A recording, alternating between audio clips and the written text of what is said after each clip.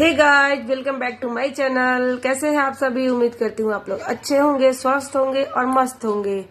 और श्याम बाबा से ही विनती करती हूँ कि अगर आप लोग स्वस्थ नहीं हो तो जल्द से जल्द स्वस्थ हो जाए।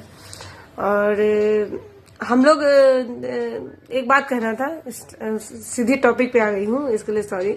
एक बात कहना था कि हम लोग किसी की शादी में जाते हैं, अभी तो शादी सीजन चल रहा है।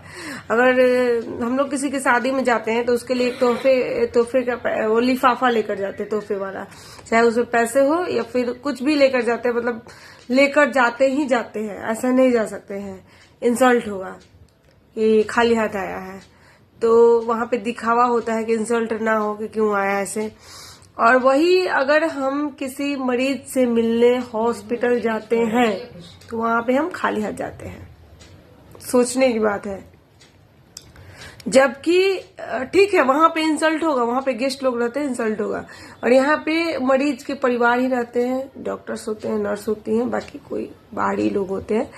और यहाँ पे इंसल्ट नहीं होगा आपका, ये हम मान सकते हैं। पर भगवान के आगे क्या मुंह दिखाओगे? क्या भगवान से कोई इंसल्ट नहीं होता? आपको भगवान नहीं देख रहे, वो इंसल्ट नहीं करेंगे आपको। हमें चाहिए कि जब हम किसी मरीज से मिलने जाते हैं तो जैसे लिफाफा हम उस शादी वाले घर में लेकर जाते हैं, वैसे ही लिफाफा एक कुछ ही पैसे जितने आपके मतलब जितने आपको बन पड़ते हैं। ऐसा नहीं कहेंगे कि आप एकदम 10-20 हजार लेकर जाओ, नहीं। आपको 500 बन रहा है, आपको 1000 बन रहा है, आपको 200 ही बन रहा है, आप उस लिफाफे में डालो और मरीज के घर वालों को जब आप मिलने जाओ तो दे दो।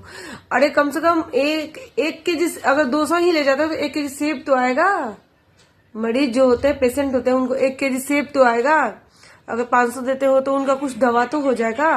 आते जाते जो लोग हॉस्पिटल में रहते हैं, वो लोग अप डाउन करते हैं, खाना पीना खाते हैं बाहर से खरीद के, उतना तो उनको फायदा होगा, उतना तो वो दुआएं देंगे।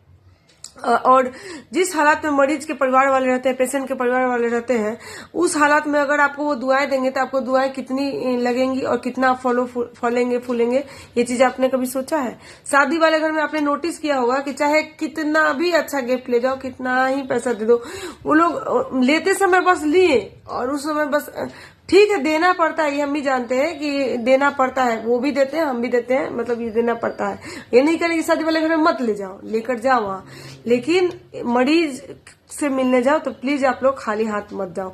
ये मतलब हम अपने लिए भी बोल रहे हैं, आपके लिए भी बोल रहे हैं, हम सब मिलके ये एक नया नियम निकालें कि कभी भी किसी मरीज से मिलने, किसी अपने मतलब अपने से मिलने जाए, हॉस्पिटल में खास करके जाएं, तो वहां पे उनके लिए हम कुछ ना कुछ लेकर जाएं, कुछ लिफाफे में कुछ पैसे डाल लें, ताकि उस समय उनके मतलब उनके परिवार वालों को, मरीज के परिवार वालों को पैसों की इतनी जरूरत होती है, लेकिन वो लोग शर्म से कह नहीं पाते हैं।